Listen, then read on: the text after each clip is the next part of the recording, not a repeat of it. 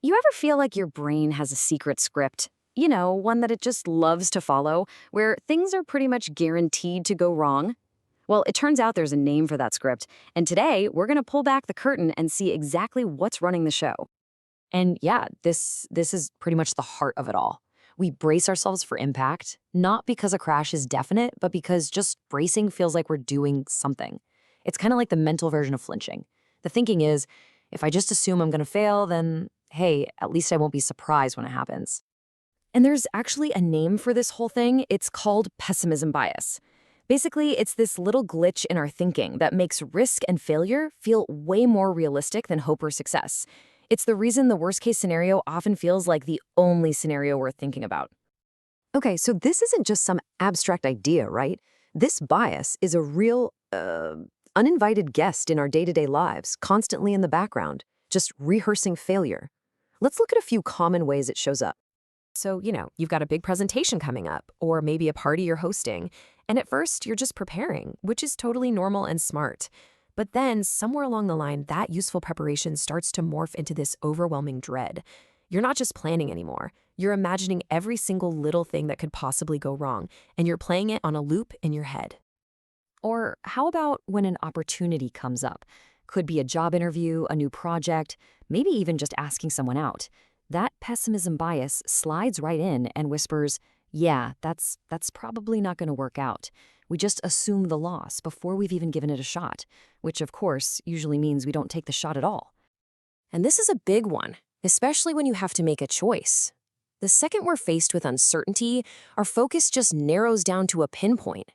We get so fixated on everything that could go wrong, and suddenly the upside, what could go right, it feels so flimsy, almost like a fantasy. Any sense of balance just vanishes. So, you might be wondering, why on earth are our brains wired like this? Well, it's not just a bug. It's more like a really, really old feature. An ancient piece of survival software that's, kind of glitching out in the modern world.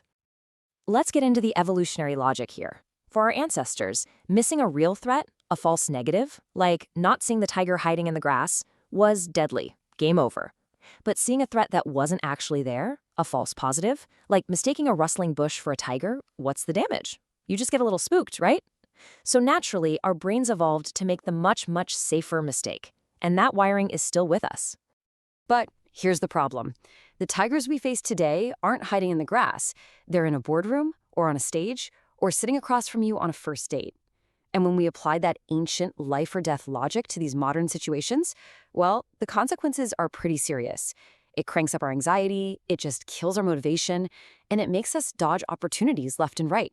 It totally warps how we see actual risk. So, what you have to realize is that this thing that was designed for physical protection, it's now become a kind of mental paralysis. It's like a chain holding us back from actually moving forward. But here's the good news. We are not stuck with this old programming. We can actually do something about it. We can rewrite the script. So how do we do that? Well, there's a framework, and it's got 4 key steps. First, you gotta break that negative-only focus by deliberately thinking about what could go right. Second, you need to ground yourself in reality by looking at the actual data, the base rates, not just your gut feeling. Third is all about understanding the massive difference between smart planning and just predicting doom. And finally, you have to challenge those fears head-on, treating them like guesses that need to be tested. This is where that base rates idea is so powerful. When you feel that dread creeping in, you have to stop and ask yourself, okay, but what are the real odds here? Seriously, how often do people actually bomb a presentation so badly they get fired? What's the real success rate for new projects in your field? When you compare your emotional fear with the actual numbers, you'll often find they don't line up at all. And this leads to a super important distinction you have to make. Look, there is a world of difference between preparing for a bad outcome and living your life as if it's already happened. It is smart to have a plan B, of course it is, but it is completely paralyzing to believe plan A is doomed from the start. So are you planning for a possibility or just assuming failure without any real evidence? So really, it all boils down to this. That feeling we get when we expect the worst. It feels like we're being cautious, right? It feels responsible. But real clear thinking, that's not about giving in to that feeling. It's about having the courage to look at what's actually in front of you, separate from the fear that's clouding your judgment. And that's really the question I want to leave you with. Just take a second and really think about it. What would you do? What choices would you make? What opportunities would you jump at? What kind of life would you build if you were guided by reality instead of by fear?